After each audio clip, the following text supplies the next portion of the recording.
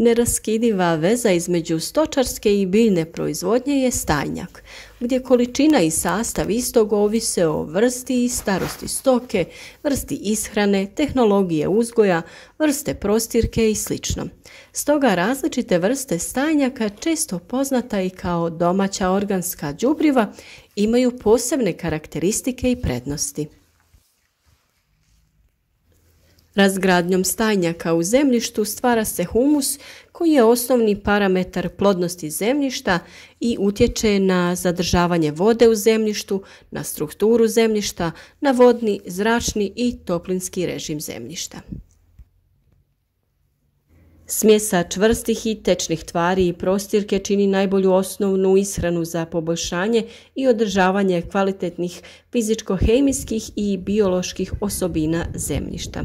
Koncentracija vode, suhe materije, azota, fosfora, kalija i niz mikroelemenata predstavlja nezamjenjivo i sasvim sigurno najstarije prirodno đubrivo stajnjak.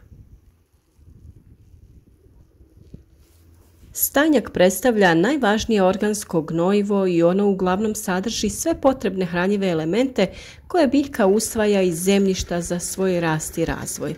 To je gnojivo koje se sastoji od čvrstih i tekućih tvari i prostirke koji vriju u procesu sazrijevanja, a kada se unese u zemljište povećava biološke aktivnosti što utječe na ukupnu plodnost zemljišta.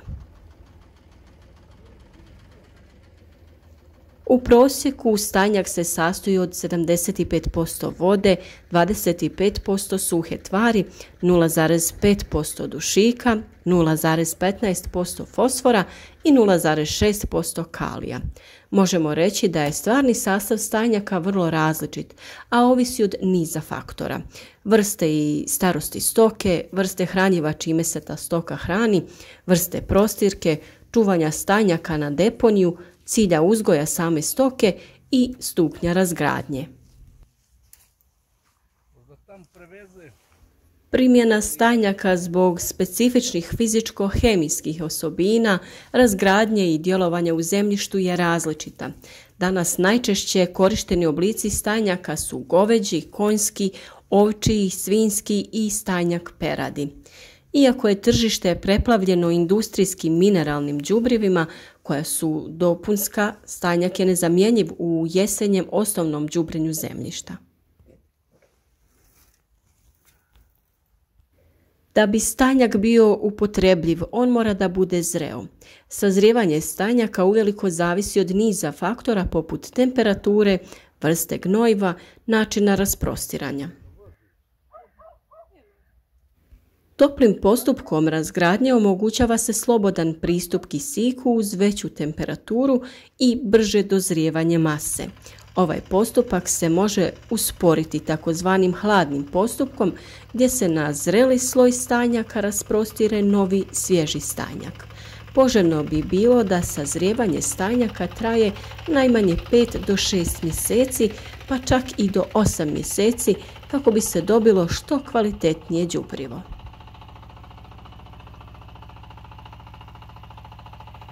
Pravilna upotreba stajnjaka, odnosno unošenje u zemljište zrelog stajnjaka, je jedan od osnovnih preduvjeta da bi biljka iskoristila sav hranidbeni potencijal koji đubrivo pruža.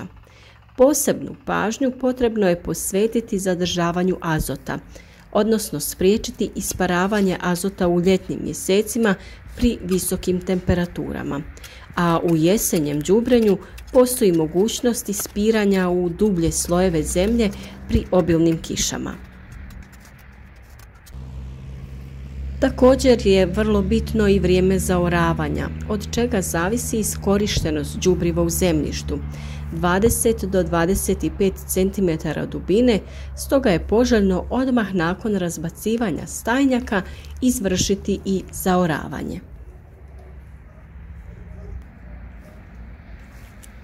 Goveđi stajnjak, često zvani hladnim stajnjakom iz prostog razloga što rastvaranje traje dugo i djeluje jako sporo u zemljištu. Sadrži 77,3% vode, 20,3% organske materije, 0,4% azota, 0,3% fosfora i 0,5% kalijuma i ostatak čine kalcij, magnezij i sumpor. Nezamjenjivu tehnologiju ekološkog uzgoja u voćnjacima, vinogradima i na parcelama za voćarsku proizvodnju. Kada se radi o konjskom stajnjaku, zbog većeg sadržaja nesvarene organske materije, proces razlaganja je jako intenzivan, te se ovaj stajnjak svrstava u grupu toplih stajnjaka, koji prilikom unosa u zemljište vrlo brzo djeluju. Ovaj stajnjak sadrži 71,3% vode, čak 25,4% organske materije, 0,6% azota, 0,3% fosfora i 0,6% kalijuma i ostatak čine kalcij, magnezij i sumpor.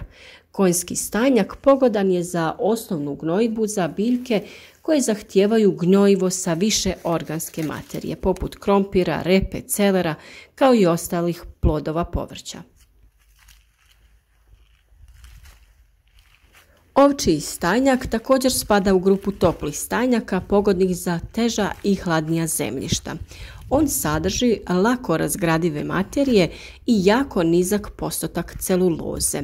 Sadrži 63,4% vode, čak 31,8% organske materije, 0,9% azota, 0,5% fosfora i 0,8% kalijuma i ostatak čine kao i uvijek kalcij, magnezij i sumpor.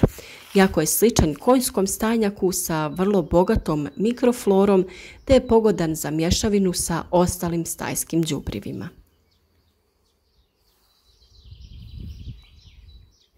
Sa druge strane, svinjski stajnjak preporučuje se da se koristi samo za lakša zemljišta zbog neintenzivne mikrobiološke aktivnosti. Za razliku od ostalih stajnjaka, udio prostirke je manji i kvalitet direktno zavisi od vrste ishrane. On sadrži 72,4% vode, 25% organske materije, 0,6% azota, 0,5% fosfora i 0,4% kalijuma, te ostatak čine kalcij, magnezij i sumpor. Stajnjak peradi svrstava se u koncentrirano đubrivo izuzetno bogato hranjivima sa većim procentom sadržaja azota i fosfora u odnosu na druga đubriva. Vrlo bitno je koristiti stajnjak starijih životinja kokoški u dužem vremenskom periodu uzgoja, u odnosu na mlađe životinje kod kojih stajnjak ima manje hranjivih materija. U narodu poznat stajnjak kao pilićar vrlo jakog mirisa i đubrivo koje vrlo brzo djeluje u zemlji nakon zaoravanja. Ne treba pretjerivati sa količinama jer zbog svoje jačine može spržiti korijenov sistem biljke. Izuzetno pogodno đubrivo za ratarske kulture u uzgoju na otvorenom.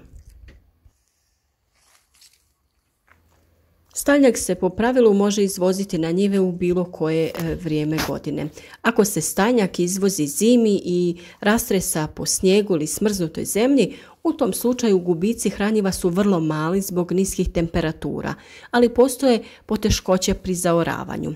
Stajnjak izvezen u proljeće isto tako ima male gubitke hranjivih tvari, ali može izazvati dušičnu depresiju i veće gubitke vlage iz zemljišta. Količina stajnjaka koju unosimo u zemljište obično iznosi 30 do 40 tona po hektaru, a unesena količina ovisi od klime, kvalitete stajnjaka, osobina zemljišta i potreba narednih kultura.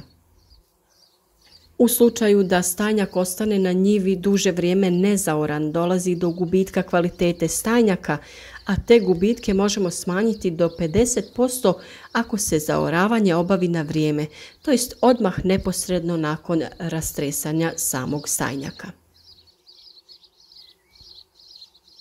Stajnjak postepeno oslobađa hranjive tvari tako da ima produženo djelovanje, te se preporučuje upotreba stajnjaka na istoj parceli svake 4. godine, što se vidi iz njegove iskorištenosti po godinama. U prvoj godini iskorištenost stajnjaka je 50%, u drugoj godini iskorištenost je 30%, a u trećoj godini iskorištenost stajnjaka je 20%. Moderna poljoprivreda koristi mineralna hranjiva kao da je zaboravila na stajnjak i njegove vrste. Jedno od najstarijih organskih đubriva je upravo stajnjak. Godinama prije pojave mineralnih đubriva stajnjakom je održavana i popravljana plodnost zemljišta. O značaju stajnjaka najbolje svjedoče njegove osobine. On je prije svega potpuno đubrivo jer sadrži sve potrebne elemente za ishranu biljaka.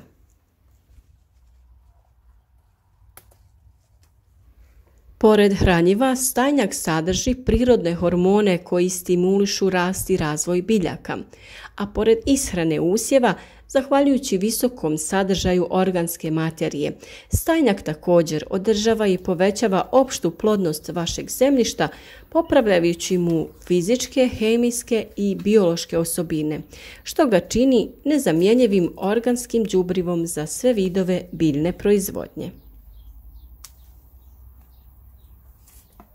I za kraj jedna vrlo važna činjenica jeste da dobro spremljen stajnjak približno sadrži 35% trajnog humusa.